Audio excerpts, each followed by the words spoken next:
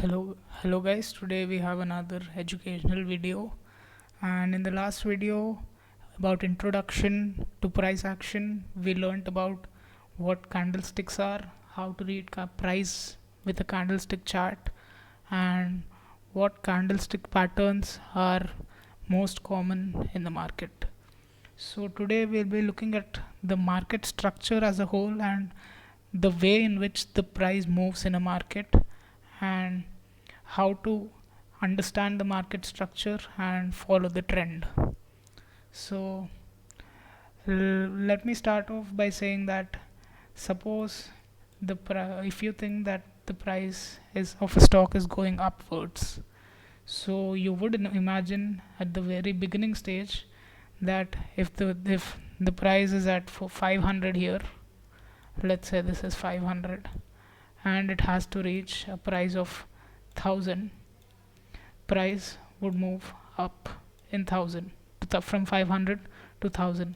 That is what you would generally think, but that is not how price moves in the market realistically.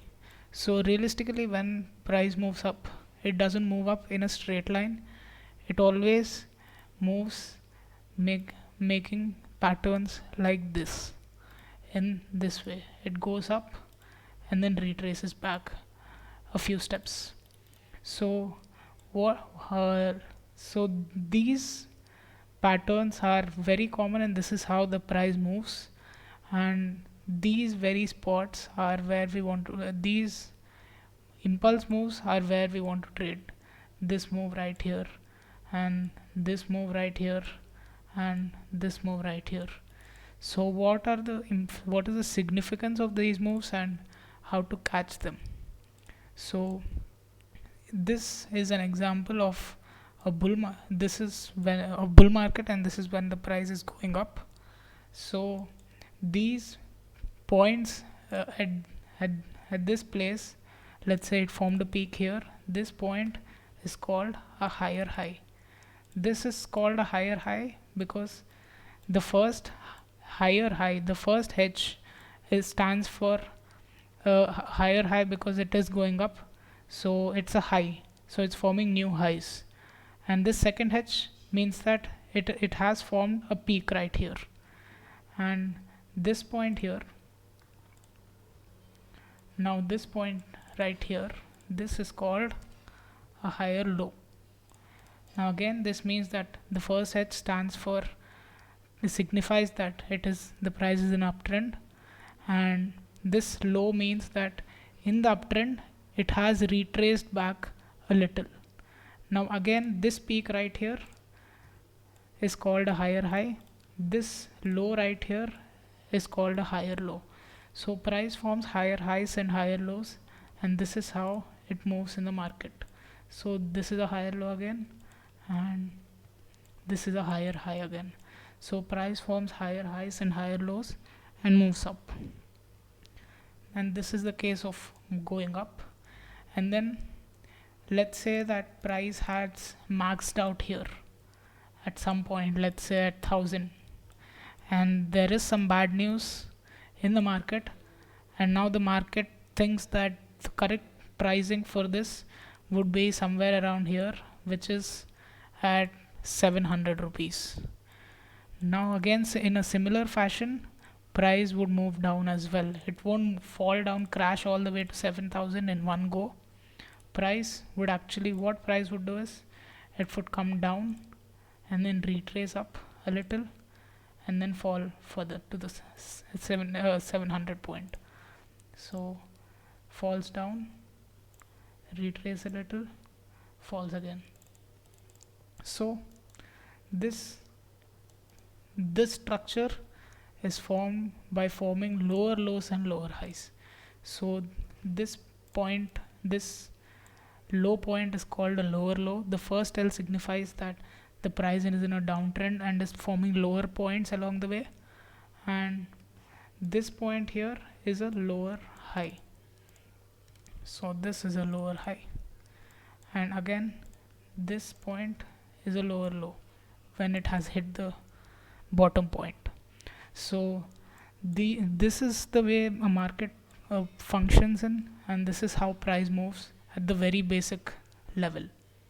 Now let's look at some so when we are trading, we want to catch the biggest move possible and move with it. So when the price is going up in uptrend, we want to go long, and these are the impulse waves which we want to capture in our trades, because these are the big movements, and these are the movements along with the trend, which is an upward trend. These small movements are called retracements, and we do not want to enter in these retracements. Just because you think that the price is at a higher high doesn't mean you short the stock and try to get this movement out of it, because the probability of that happening is very less, and your risk to reward would also be very skewed. So this is how you generally trade and try to catch the trend. Now let us look at some basics of support and resistances and how we can integrate them with the market structure. So when the market goes up, as we've discussed, it forms higher highs and higher lows. So the next time it goes up, it comes back here. Next time it goes up, it comes back here, and let's say it goes higher. So this is the market structure. Now when it has formed a higher high at this point, we would and bounces back from that area, we would call this zone a resistance zone. R stands for resistance. So we can mark this area, and a resistance is never a single line, so you cannot draw an exact straight line through this point and say that price next time the price is going to take a resistance from there. A resistance is always an area or a zone, so you draw an area around it, and this area is called a resistance area. Now the next time price comes over there, you would expect it to come back down again or go straight through. Now I haven't drawn the exact price action here obviously, but then what you would generally observe in these areas is price halts a little, moves around this resistance, and finally breaks through. That is what would generally happen. Now after it has broken through the resistance, the same exact area becomes a support area for this exact stock. So now this very resistance turns support. So the next time a stock comes here to that price again, we expect it to bounce back up. This is how a resistance turns into a support after it has been broken. This is called retesting the support or retesting the broken resistance. So this is a very common trading technique used by many traders, and this is how supports and resistances work at the very basic level. So when you see price peaking at a point or price forming a lower point at a price, then you can say those areas are the crucial areas where price is showing signs of reversal, and those would be your supports or the resistance areas. Now this could be another, and in the future price could probably move down here and also possibly break this, right? So that is how supports and resistances work. Now another basic point is when price has gone up, it doesn't directly start falling down in this manner. What price does is it goes up first in an uptrend, then at the highest point it consolidates for a little while. Now when it's consolidating here, let's say it has gone up in an uptrend and is consolidating here. Now we could say that the price is range bound between this resistance and this support area. So this would be a resistance area which I will mark by red, and this is a support area which I have marked by green. So now price is range bound and moving sideways, and when price wants to come down, So in this area we cannot say whether price would shoot up next or shoot down next. It could break either this or this. So let's say if it turns into a downtrend, then price would move down, retest this broken support, and then continue its move downwards. So this is how markets function and the price moves in the market. This is the basic market structure and how we could use supports and resistances. Now these supports and resistances are often found at round numbers. A round number are important. These numbers are important numbers and often form supports and resistances. Not always the case, not necessarily a support or resistance is always at a round number, but in many cases they are. So let's look at few examples of how market in an uptrend market functions. So this is the chart of DMART, and this is the latest. These are the latest prices. So as you can see here, this we can say is a low. Price moved up to a higher high and then formed a higher low at this point, then another higher high. After it broke the previous high, it has formed another higher high, another higher low here, higher high, higher low, higher high, higher low, higher high again, and right now it looks to be around the higher low. So it has continuously gone up, forming a very healthy market structure. And if we look at the supports and resistances in this chart, let me remove these lines. We can say that right here was an important area, again right here was another important area, then this area you could consider this as an important area too, but then price formed a higher low below it, broke through, and now again it's below it. So we can remove this area, ideally talking. So let's look at the price even further back.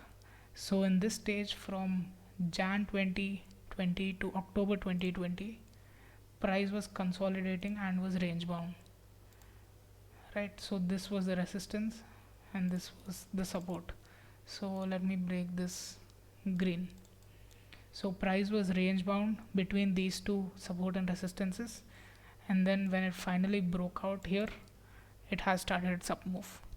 So now let us see the importance of the round numbers as I was talking. So as we know that 2000 right here is a round number, so I will mark 2000 here. Let's make this 2000 exactly, and you can see that this support area was around 2000 and price was taking good support at 2000 levels. Here it has taken support twice, the first time here. Even the round numbers, again these are areas always, not a single point. And another round figure here was 2500, which price struggled to break multiple times. 2500, and you can see a clear, this being a very strong resistance clearly. So it has tested this resistance 1, 2, 3, 4, and the fifth time it broke out. It broke out, then retested this resistance which acted as support, and then it shot up. So as I told you, when it breaks the range, it retests the range, and then goes up. So that is the chart of DMART and the market structure here. So right now if you look at DMART, another round figure right here is 3000. So let us draw a horizontal line at 3000. So again at 3000 you can observe a clear area of resistance. Here price took resistance multiple times, went down, here another resistance, price broke through, retested, and then went up again and is retesting again now. So here we could look and apply the candlestick reversal patterns that we can observe. So here, which we learned in the previous episode. So here you can see a bullish engulfing being formed. So this was a clear candlestick reversal pattern, plus it was at the support area. So this could have been a good trade, and the move which came after this closing was a 7.5% move. So this is how you apply support and resistances and candlesticks to your trading strategy. These are the very basics. These are not the only, you cannot just trade on support and resistances blindly. You need to inculcate a lot more concepts to your trading strategy, but this was just an example and an explanation of how market structure is, how price moves in a market, and what support and resistance areas are, and how to draw them. So so it's, as I told you, it's not always necessary for a support or resistance to be around a round figure. So if you can see here, this was another very good, very crucial area for DMART. You can see that here a lot of it has tested this resistance a lot of times, broke through, retested it, it turned support, and then went up. So it's not necessary that price always forms supports or resistances at a round figure, but round figures act as good supports or resistances more often than not. So this was the basic of support and resistance and market structure, and we'll meet in the next video.